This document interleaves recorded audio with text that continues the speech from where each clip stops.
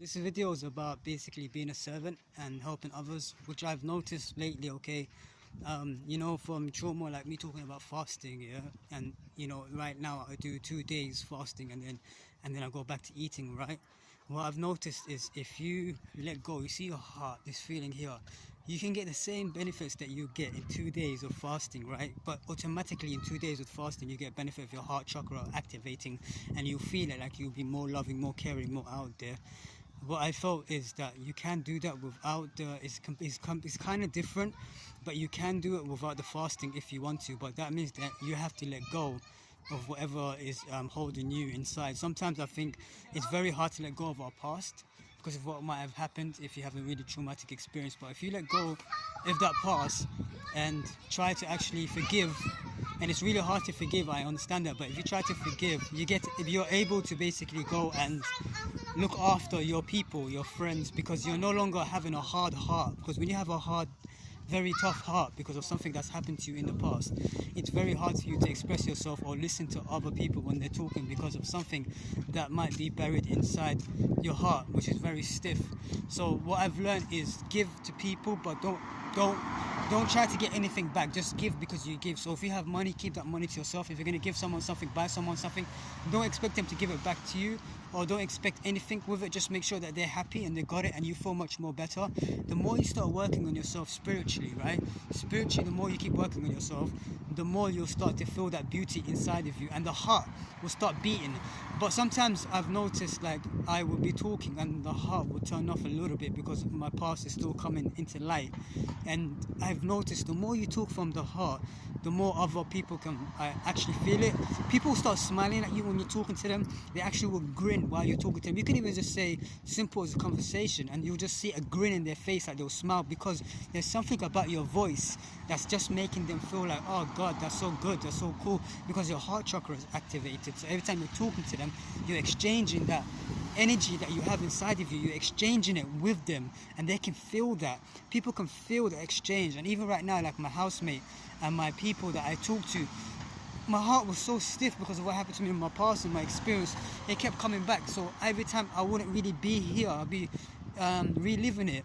But you gotta let go of it. You gotta let go because you have a better purpose. Sometimes people come into your life to destroy everything, to help you see that you was in a toxic environment yourself. You was with fucking crazy ass people taking full advantage of you behind your back, spreading rumors behind your back, claiming to be your family, claiming to be your friends, causing you to be in traumatic experiences, and then making sure that everyone is there to see you in that experience, of that traumatic experience.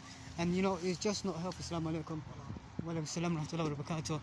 You know what I mean? It's ridiculous, but you gotta let go of that past, or it will continue to stop.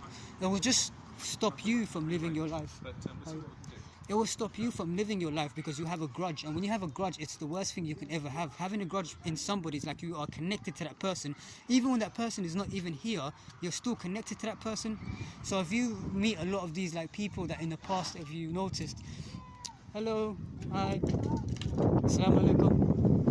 If you noticed Pokemon, the child I think like my Pokemon hat. I thought he was saying hey to me, but I think my Pokemon hat he got attracted to that. Yeah, so you know what I mean. You gotta let go of that because you'll be energetically connected to that person. You know what I mean. So when you let go, you're no longer connected to that person energetically. So they no longer have anything on you or anything.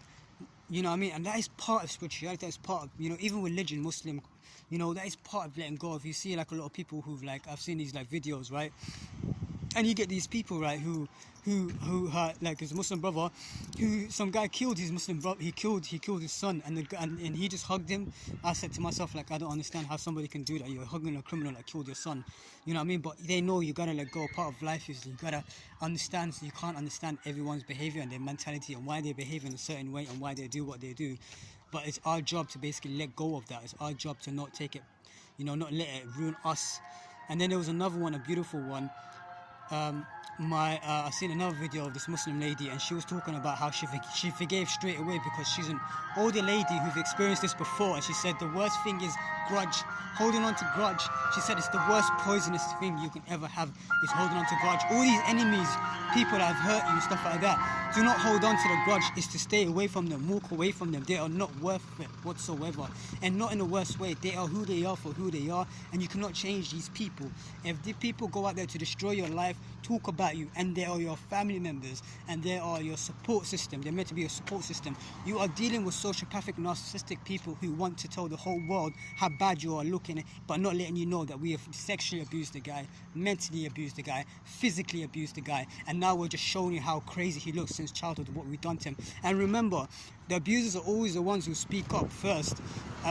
It's never the victims. The victims never speak up. They always come back later, because the victims are the ones who have their heart stopped working. They have their voice stopped working. They can't express themselves and stuff like that because of what happened to them. They've shut down completely, and especially when it happens to somebody in such a young age, it's quite sad to see that person completely shut down, you know what I mean, from being sexually abused and stuff like that. You don't even know you have a problem. You don't even know you have insecurity problems, anxiety, depression. You didn't even know that was an illness until you find out later. Anxiety and depression comes from some kind of abuse, some kind of like unlove, some kind of insecurity, and it's your job, my job, to fix ourselves, not from anybody. We are here. I don't know why I'm on this earth. I truly believe I've come to this earth and I've taken this body right here. This is not me, this is just the body that I'm wearing, but inside my soul has come in to take this body to basically go through all of this experience so I can help the people who are not forgiven. I can help the people who are older than me by 20 years or are younger than me by 20 years. I can help the people, you know what I mean, by making sure that I go through it first and learn how to heal from it, and then I can pass it on. Because if you can't experience it, how are you going to help somebody else if you don't even know yourself how to heal from it? And I wish everyone a good day today, and a good night, and a good afternoon, wherever you are.